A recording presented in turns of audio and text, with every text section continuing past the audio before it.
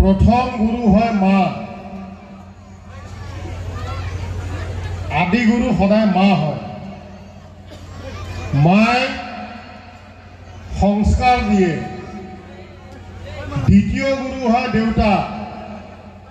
দেউতাই ধৰ্ম শিকায়। তৃতীয় গুৰু হয় শিক্ষাগুৰু, যিয়ে জ্ঞান দিয়ে। জ্ঞানৰ পোহৰ কোনফালে আহে সেইটো শিকায়। আৰু শিক্ষাৰ প্ৰথম শিক্ষাগুৰুৱে কি শিকায়? মৃত্যুৰ পিছত ধৰ্মৰ বিচাৰ নহয়, মৃত্যুৰ পিছত কৰ্মৰ বিচাৰ হ'ব। কথাখিনি ল'ৰা ছোৱালীহঁত আমাৰ ষ্টুডেণ্টসকল ভালকৈ শুনা। মৃত্যুৰ পিছত ধৰ্মৰ হিচাপ নহ'ব, কৰ্মৰ হিচাপহে হ'ব। সেইকাৰণে জীয়াই থকা দিনকেইটা কি কি ভাল কাম কৰি যাব পাৰোঁ, ভাল কাম কেনেকৈ কৰিব লাগে, এখন সমাজ ব্যৱস্থা কেনেকৈ গঢ়িব লাগে, ভাৰতীয় পৰম্পৰা সভ্যতা সংস্কৃতি আমি কিয় পাহৰিব নালাগে, এইবিলাক জানিব লাগিব। কাৰণ সভ্যতা সংস্কৃতি থকা মানে আমি শান্তিত ফূৰ্তিত জীয়াই আছোঁ আৰু মানুহ সুখত জীয়াই থাকিব লাগে। এইটো থুলমূলকৈ শিক্ষাগুৰু আৰু ছাত্ৰৰ বিষয়ে মই ক'লোঁ। আৰু যি ছাত্ৰই নিজৰ গুৰুক সন্মান দিব নাজানে তাৰ পতন জীৱনত কোনো ৰখাব নোৱাৰে। নিজৰ শিক্ষাগুৰুক যদি কোনোবাই সন্মান দিব নাজানে সেই ল'ৰা বা ছোৱালীৰ পতন হ'বই। যিয়ে নহওক, আজি ইয়াত ল'ৰাতকৈ ছোৱালীৰ সংখ্যা বেছি দেখিছোঁ। গতিকে ৱমেন এম্পাৱাৰমেণ্টটো ইয়াত দেখা পাইছোঁ আমি। মহিলা সবলীকৰণ হয়নে নহয়? নাৰী শক্তি হয়নে, হয়নে নহয়? আৰু এতিয়া আজিকালি মহিলাক কোনোবা অভদ্ৰ ব্যৱহাৰ কৰিবলৈ ভয় খায়নে নাই?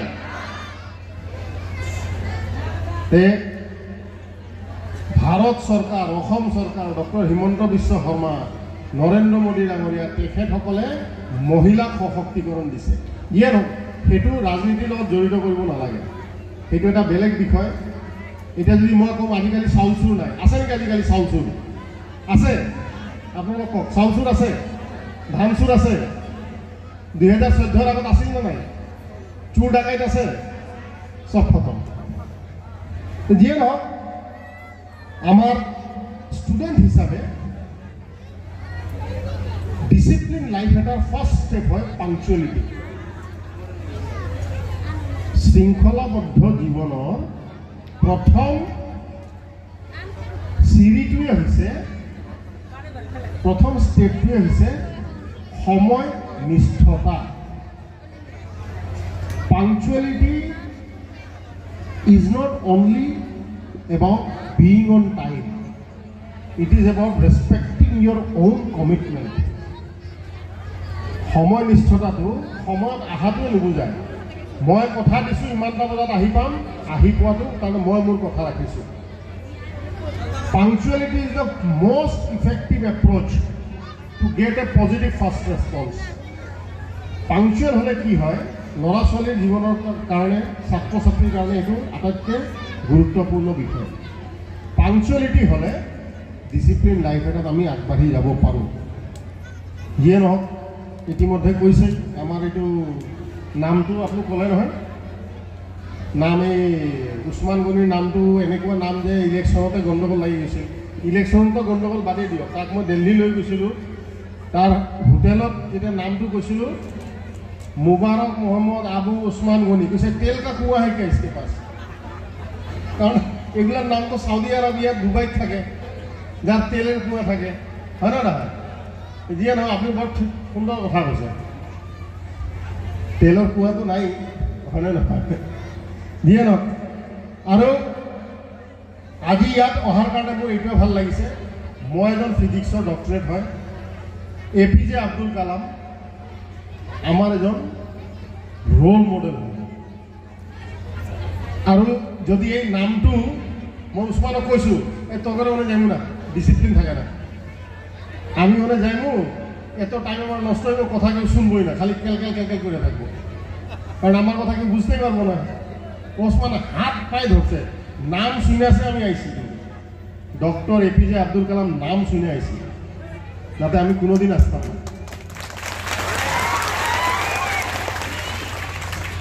আর কথাটা তো সত্যি, ক্যালকেল তো করতেইছে, করতেছে না। যিয়ে নহওক, মই আজি এপিজে আব্দুল কালামৰ বিষয়ে কিছুমান নজনা কথা আপোনালোকক কম, হ'ব? শুনিব? শুনাৰ ধৈৰ্য আছে? এপিজে আব্দুল কালামক আমি কি হিচাপে জানো? Missile man of India. Very good, missile man of India. ভাৰতৰ মিসাইল মেন হয় এপিজে আব্দুল কালাম। তেখেতে ছাত্ৰ ছাত্ৰীসকলক এটাই কথা শিকাইছিল যে কণ্টিনিউড হাৰ্ড ৱৰ্ক, যেতিয়া অধ্যাৱসায় বুলি যিটো কয়, অধ্যাৱসায় বাৰে বাৰে চেষ্টা কৰি থাকিলে জীৱনটো আমি সফল আৰু সম্পূৰ্ণ কৰিব লাগিব, ছাকচেছ এণ্ড ফুলফিলমেণ্ট। তেখেতৰ যিটো জাৰ্ণি, কেনেকৈ তেখেতে আহি পালে আজি ভাৰতৰ ৰাষ্ট্ৰপতি হ'ল। ৰামেশ্বৰম, তামিলনাডুৰ সেই সাগৰৰ কাষত তেওঁৰ গাঁও, অতি দুখীয়া ফেমিলি, অতি দুখীয়া ফেমিলি। তেখেতৰ বায়োগ্ৰাফি সকলোৱে পঢ়িব লাগিব। তেখেতক তেতিয়া সেইটো গাঁৱত পুৰোহিত এজনে তেওঁক পঢ়া শুনা, খোৱা বোৱা এইবিলাকত সহায় কৰিছিল। ৰামেশ্বৰম এটা টেম্পলত। যিয়ে নহওক, সেই এপিজে আব্দুল কালাম ৰাষ্ট্ৰপতি ভৱনত আহিলে। তেখেতৰ যিটো স্পিৰিট, উৎসাহ, যিটো ডিটাৰমিনেশ্যন, দৃঢ়তা আৰু যিটো ডেডিকেশ্যন, যিটো সমৰ্পিত মনোভাৱেৰে কাম কৰিছে, তাৰ কাৰণে আজি ভাৰত ৰত্ন ডক্টৰ এপিজে আব্দুল কালাম ভাৰতৰ ৰাষ্ট্ৰপতি হৈছে। বিশেষকৈ ষ্টুডেণ্ট কমিউনিটি এটা কথা শুনিব লাগিব, জানিব লাগিব। তেখেতৰ এটা খুব ফেমাছ ডায়লগ আছে, if you want to shine like a sun, first burn like a sun. সূৰ্য যে ইমান জিলিকি থাকে, কেনেকৈ জিলিকে সূৰ্য? কাৰণ সূৰ্য প্ৰথমতে নিজে জ্বলে, তাৰপিছতহে পোহৰ বিয়লায়। গতিকে এপিজে আব্দুল কালাম ডাঙৰীয়াৰ এনেকুৱা বহুত কথা আছে, যেনেকৈ dream is not that which you see while sleeping, it is something that doesn't let you sleep. হিন্দীত যদি কওঁ শায়री আকারে, सपना वो नहीं जो नींद में देखते हैं, सपना वो नहीं जो नींद में देखते हैं, सपना वो है जिसको पूरा किए बिना नींद ना आए। গতিকে আমাৰ এপিজে আব্দুল কালাম ডাঙৰীয়াৰ বিষয়ে আপোনালোক সকলোৱে জানিব লাগিব, আত্মজীৱনী পঢ়িব লাগিব। তেখেতৰ আৰু এটা কথা আছে, কমিটমেণ্টটো এনেকুৱা এটা জব হয়, যেতিয়ালৈকে মই আমাৰ ল'ৰা ছোৱালী বাইক লৈ ঘূৰি ফুৰে নহয় কমিটেড হৈ, মানে এনে যাইমো আজকে এই গলিতে ঢুকমুই কৰে নাই, সেইটো কমিটমেণ্ট নহয়। কমিটমেণ্টটো হয় দেশৰ কাৰণে মই কি কৰি আছোঁ। আজি মডেল কি আমাৰ ওচৰত? বহুত মানুহ আহে বাহিৰৰ পৰা, মডেল আমাক দেখুৱাব আফজাল গুৰু, বুৰহান ৱানী নহয়। আমাৰ model doctor APJ Abdul Kalam, আমাৰ মডেল বিসমিল্লাহ খান। বিসমিল্লাহ খানৰ বিষয়ে আপোনালোক জানেনে নাই? ভাৰত যেতিয়া স্বাধীন হৈছিল, প্ৰথম ভাৰতৰ স্বাধীনতা দিৱসৰ দিনাখন চেহনাই বজাইছিলে বিসমিল্লাহ খান। সেইটো বেলেগ কথা, ভাৰত ৰত্ন বিজেপি চৰকাৰে দিছে, কিন্তু বিসমিল্লাহ খান আমার রোল মডেল হব লাগিব। আমার রোল মডেল হব লাগিব মোহাম্মদ রফি, এপিজে আব্দুল কালাম। বহুত এনেকুৱা বদমাছ এলিমেণ্ট আহিলে খবৰ দি দিব পুলিচক, যিয়ে আমাৰ শিক্ষা শিক্ষিত ল'ৰা ছোৱালীক আফজাল গুৰু বনাব বিচাৰে, বুঢ়োৱান মানি বনাব বিচাৰিব।